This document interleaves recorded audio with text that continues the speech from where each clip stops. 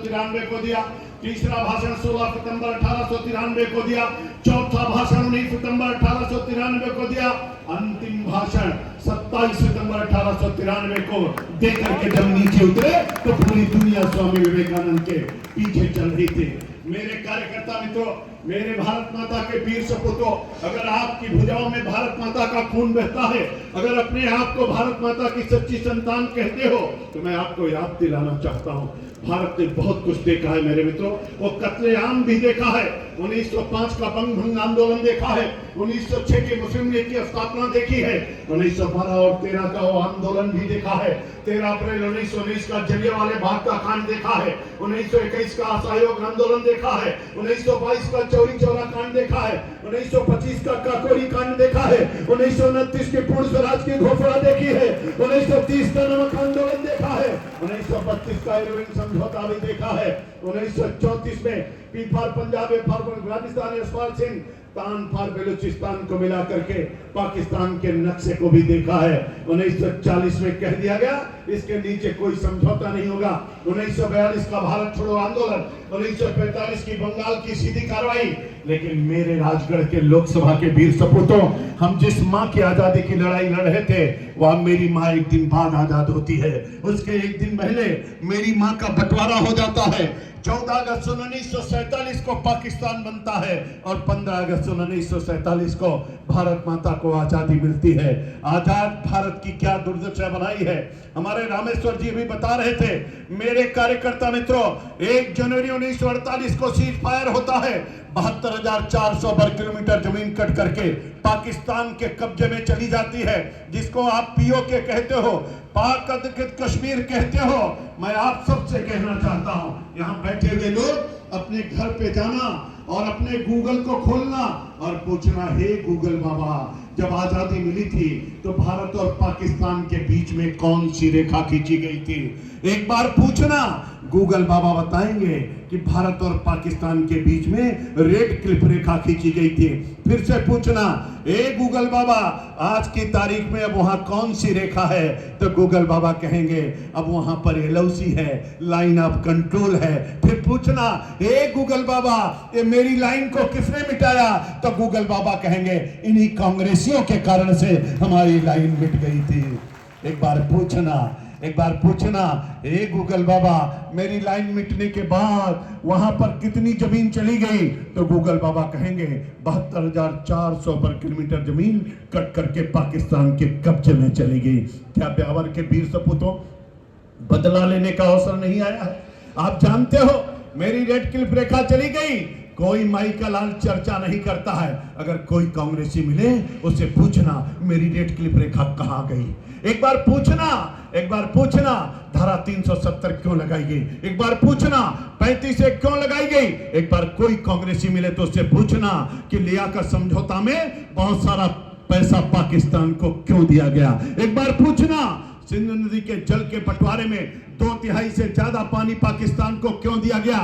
अगर कोई मिले तो उससे पूछना 61 और 62 में चाइना का युद्ध हो रहा था, किसी के बहन के हाथ की चूड़ी टूट रही थी, किसी के माथे का सिंदूर मिट रहा था, कोई माई का लाल छीना जा रहा था, लेकिन भारत का प्रधानमंत्री कबूतर उड़ा रहा था, हिंदी चीनी भाई भाई कह रहा था। एक बार पूछना।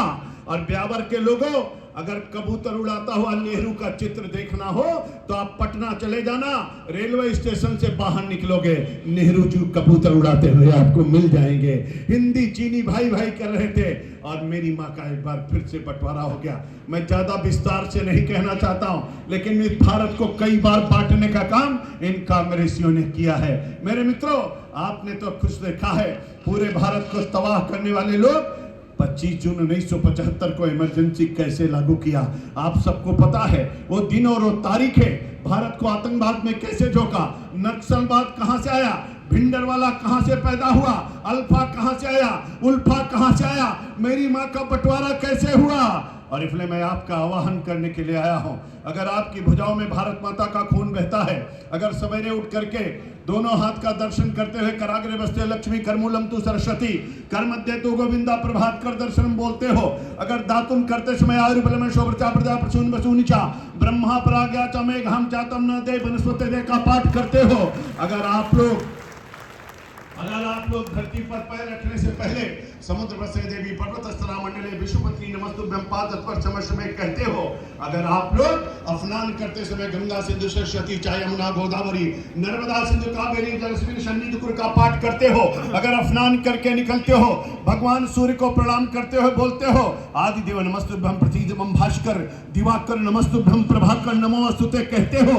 अगर आप लोग घर से खाना खा के निकलते हो और कहते हो कि प्रविश नगर कीजिए सब काजा हृदय राज कौशलपुर राजा, अगर ऐसी बातें आप करते हो, अगर आप भगवान श्री राम को मानते हो, अगर वासुदेव सुतम देवम कलचारुण मर्दम देव की नंदनम परमानंदम कृष्णम जगत गुरुम का पाठ करते हो, अगर आप सब लोग बाबा विश्वनाथ को भगवान भोले को हर हर महादेव कह करके जल चढ़ाते हो, अगर हमारी बहनें तुलसी के बिरवा पर दीपक जलाती हैं, अगर आप पीपल के वृक्ष को रक्षा सूत्र बांधते हो, अगर आप गौ को गौ माता कहते हो, अगर आप गंगा तो दर्शनार्थ मुक्ति में विश्वास करते हो, अगर आप भारत की संस्कृति एवं संस्कार को मानते हो, तो सौगंध है आपको भारत एवं भारतीयता के संस्कृति एवं संस्कार की। हमारे अथर्ववेद में एक लाइन है जिसमें कहा गया है माता भूमि पुत्रो हम पृथ्व्याम, भूमि मेरी माँ है, मैं इस पृथ्वी का पुत्र हूँ, जीऊंगा तो भारत माता के लिए और मरूंगा तो भारत माता के लिए, ऐसा संकल्प होना चाहिए। इसलिए ब्याह के वीर सपूतों मैं आपसे कहना चाहता हूं कि देह की शक्ति को तौलना चाहिए, देश की भक्ति को बोलना चाहिए, और मां की अस्मिता को कोई अगर छुए रक्त हो तो उसे खौलना चाहिए, रक्त हो तो उसे खौलना चाहिए। मेरे मित्रों, क्या कुछ नहीं देखा है? मेरे वीर सपूतों, जो आया है सो जाएगा राजा रंग फकीर। मरना तो सबको एक न एक दिन है, लेकिन भगवान तुलसी ने रामचरितमानस में कहा है कि कर्म प्रधान विश्व करी राखा, जो जश करे तो तत्फल चाखा। लेकिन तुलसी को लगा कुछ छूट रहा है, उन्होंने दूसरी चौपाई कही, उन्होंने कहा होई है सोई जो राम रचि राखा, को कर तर्क बढ़ा वैसा खा। भगवान तुलसी को लगा कुछ और छूट रहा है, तो उन्होंने तीसरी चौपाई कही, उन्होंने कहा करे करावई भंजई सोई, उमा राम गति लखान कोई। तीनों चौपाइयों के पीछे तीन भाव था। अभिवादन शीलस्य नित्यम वृद्धो अभिषेविनः चत्वारित्र शबरधन्ते आयुर्विद्या शोभलम। इसलिए हे मेरी माँ ब्याह के वीर सपूतों, आपका मैं आवाहन करना चाहता हूँ। वोट तो 7 तारीख को पड़ेगा और आप सब लोगों को पूरा भारत नहीं पूरी दुनिया देख रही है। लोग कह रहे हैं मोदी जी ने कहा नहीं है, केवल मोदी नहीं भारत की जनता कह रही, दुनिया कह रही, अब की बार आएंगे तो फिर एक बार। मेरे कार्यकर्ता मित्रों, हमारे सबके लिए कितना गर्व और गौरव का विषय है। अभी हमारे रामेश्वर जी बता रहे, मैं तो आपसे कहना चाहता, आप लोगों ने इतने दिन से कुंभ में स्नान करने जाते थे, अब की बार कुंभ हुआ था प्रयागराज में, आप लोगों ने देखा होगा कैसा कुंभ था। अद्भुत कुंभ था, दिव्य कुंभ था, भव्य कुंभ था। इतना ही नहीं था, आप जानते हो, आप लोग कहते थे सरस्वती कहाँ है, सरस्वती कहाँ है, और लोग कहते थे जब कभी कुंभ होता था कोई न कोई वहां पर घटना हो जाती थी, लोग मर जाते थे। तो हमारे योगी जी ने कहा, हे प्रयागराज तीर्थराज प्रयाग, ऐसी घटना क्यों यहाँ पर होती है? तीर्थराज प्रयाग ने योगी जी को सपने में कहा, कहाँ, मैं तो हूं नहीं वहां पर, मुझसे क्या मतलब है? उन्होंने, आप कैसी बातें कर रहे हो? उन्होंने कहा नहीं, अब तो वहां इलाहाबाद है, प्रयागराज तो है नहीं। योगी जी सवेरे उठे, उन्होंने इलाहाबाद को प्रयागराज कर दिया, तत्काल नाम बदल दिया। मेरे मित्रों, इलाहाबाद को प्रयागराज कर दिया।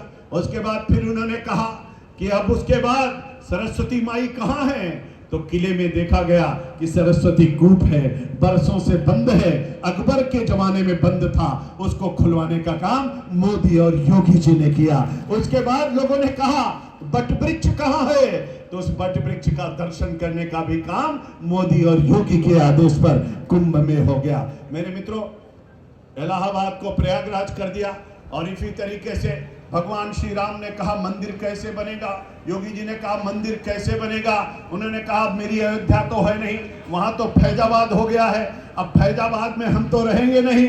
तुरंत सवेरे उठे, सो करके उन्होंने फैजाबाद को अयोध्या कर दिया। मेरे मित्रों, मैं तो आप लोगों से कहने के लिए आया हूं, अभी देखते रहिए, बहुत कुछ होने वाला है, मैं उसकी चर्चा नहीं करना चाहता हूं, लेकिन आप सब लोगों से इतना जरूर कहना चाहता हूं, भगवान श्री राम का मंदिर बना, अपना घर बनता है, आप लोग बहुत खुश होते हो, प्रभु का मंदिर बन गया। आदरणीय मोदी जी ने मंदिर में जाकर के प्राण प्रतिष्ठा किया है, धन्य है मोदी जी, अद्भुत है मोदी जी। मोदी जी की दिव्यता और भव्यता, भगवान करे मोदी ऐसे हंसते रहे, मुस्कुराते रहे, चलते रहे, चलाते रहे। जरा जोरदार तालियां तो मोदी के लिए होनी चाहिए, अभिनंदन होना चाहिए। इसलिए मैं भी कार्यकर्ता मित्रों आपसे कहने के लिए आया। हम सब जानते हैं मोदी जी ने कहा है हर बूथ पर अब की बार 370 प्लस करना है। रामेश्वर जी ने बताया है 10% वोट बढ़ाना है, हर बूथ पर कमल का फूल खिलाना है और हमारे रोडमल नागर जी को भारी मतों से विजयी बनाना है। इसलिए कार्यकर्ता मित्रों अब से लेकर के चुनाव तक न सोएंगे न सोने देंगे, जागते रहो, जगाते रहो, चलते रहो, चलाते रहो। जिन्होंने हमको कोविड में बचाया है, जिन्होंने 52 करोड़ लोगों का खाता खुलवाया है, जिन्होंने 4 करोड़ लोगों को मकान दिलाया है, जिन्होंने 9 करोड़ 60 लाख लोगों के घर पर गैस कनेक्शन पहुंचाया है, जिन्होंने 3 करोड़ घरों में विद्युत का कनेक्शन पहुंचाया है, जिन्होंने 80 करोड़ लोगों को मुफ्त में राशन दिलाया है, ऐसे मोदी के लिए जोरदार तालियां और अभिनंदन होना चाहिए। और फिर कार्यकर्ता मित्रों हम सब लोग मिलकर के हर घर को जाएंगे, प्रत्येक कुंडी को खटखटाएंगे, हर नौजवान को जगाएंगे, सबको साथ में लाएंगे और 7 तारीख वो बूथ पर पहुंचाएंगे, कमल वाले खाने की बटन को दबाएंगे और रोडमल नागर जी को भारी मतों से विजयी बनाएंगे। मेरे मित्रों तारीख कितनी है? 7 तारीख। दिन कौन सा है? दिन कौन सा है?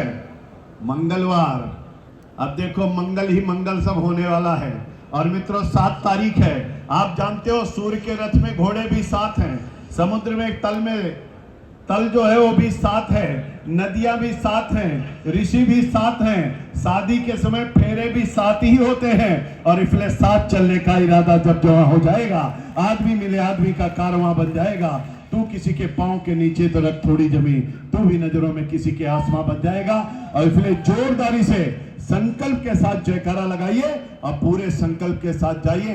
अब से लेकर चुनाव तक स्वामी विवेकानंद ने कहा था उत्तिष्ठ जागृत प्राप्त वरान्मोदक, उठो जागो और जब तक लक्ष्य की प्राप्ति ना हो तब तक विश्राम मत करो। इसलिए दोनों हाथ उठा के जयकारा बोले भारत माता की।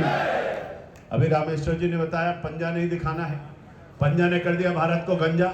कहीं भी लोग गए, कहीं कहां से आ रहे, कहीं भारत से, कहीं कम बादशाह भारत, कहीं लाचार भारत, बीमार भारत, असहाय भारत, करदार भारत, कमजोर भारत, ऐसी छवि पंजे ने बनाई है। ये आतंकवाद की जर्नी है, भ्रष्टाचार की जर्नी है, मुद्रा कांड, गोदरा कांड, पिस्तौल घोटाला कांड, इंडिया घोटाला कांड, बोफोर्स घोटाला कांड, चीनी घोटाला कांड, सांसद करीब घोटाला कांड, 2G स्पेक्ट्रम घोटाला कांड, राष्ट्रमंडल खेल घोटाला कांड, इसरो घोटाला कांड, कोयला घोटाला कांड, सांसद फरोख्त घोटाला कांड, कितने सारे घोटाले दिए। 150 है, 150। इतनी जल्दी ताली बजाओगे? और इसलिए भ्रष्टाचार की जर्नी है। इसलिए जितने नौजवान हैं हनुमान की भूमिका में आ जाए, जितने बुजुर्ग हैं जामवंत की भूमिका में आ जाएं, और जितनी बहनें दुर्गा भाभी आ रहे लक्ष्मीबाई बन जाए और जोरदारी से दोनों हाथ की मुस्का बांध करके संकल्प लेकर के जाए, जयकारा लगाए, बोले भारत माता की, भारत माता की, वंदे